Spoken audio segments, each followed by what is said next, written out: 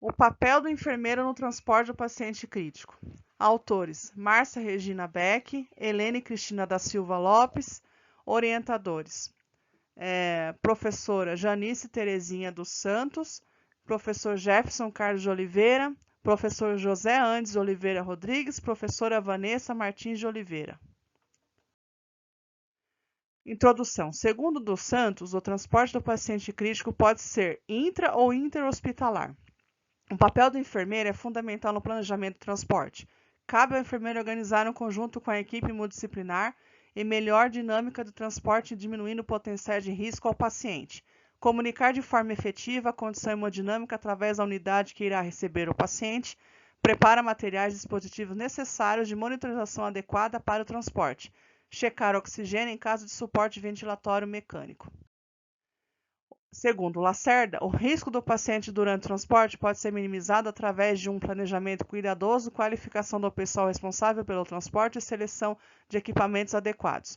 Segundo Pereira Júnior Nunes Basile Filho, os equipamentos disponíveis e ao nível da prática de recursos humanos devem ser iguais às intervenções requeridas ou antecipadas para o paciente.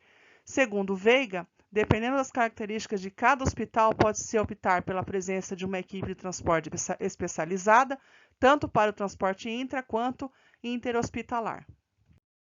O objetivo é promover cuidados adequados no transporte do paciente crítico, mantendo a estabilidade hemodinâmica do paciente e cuidados intensivos que podem ocasionar danos leve, grave e gravíssimo quando ocorrem falhas durante o processo de transporte. Materiais e métodos. Estudo é uma revisão de literatura. As bases de dados utilizadas para a busca de publicações foram Literatura Latino-Americana do Caribe, Ciências da Saúde, LILACS, Conselho Federal de Enfermagem, Resolução do COFEM, Biblioteca Virtual de Revistas Científicas Brasileiras em Formato Eletrônico, Cielo, e o Google Acadêmico. Resultado da discussão. Segundo Pereira Júnior Nunes Basile Filho, envolve 3 fases de transporte do paciente crítico: fase preparatória, fase de transferência, fase de estabilização do pós-transporte. Fase preparatória é necessário avaliar a gravidade, a condição atual do paciente e promover melhor estabilidade cardiorrespiratória. Certificar-se de que o local do destino esteja pronto para receber o paciente. Se o paciente for transportado por uma outra equipe, informar as condições gerais de tratamento, incluindo pré-transporte. Na fase de transferência, o objetivo é manter a estabilidade fisiológica do paciente através da monitoração contínua e prevenção para evitar iatrogenias. O paciente que está sendo transportado deve receber durante o transporte monitorização das funções vitais semelhante àquelas usadas na UTI. A fase de estabilização pós-transporte, o paciente crítico pode apresentar instabilidade hemodinâmica ao longo do transporte, ou seja, de volta ao CTI.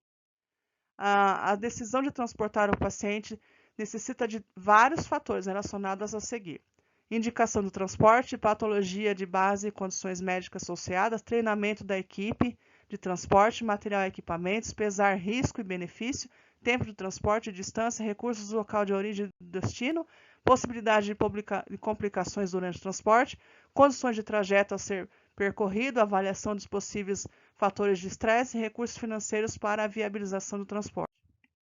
Conclusão. O transporte do paciente crítico é uma atividade complexa. Existe uma série de passos a serem seguidos para o planejamento e a adequada execução do transporte, antevendo a necessidade de riscos para o paciente. Essas são as referências usadas em nosso trabalho.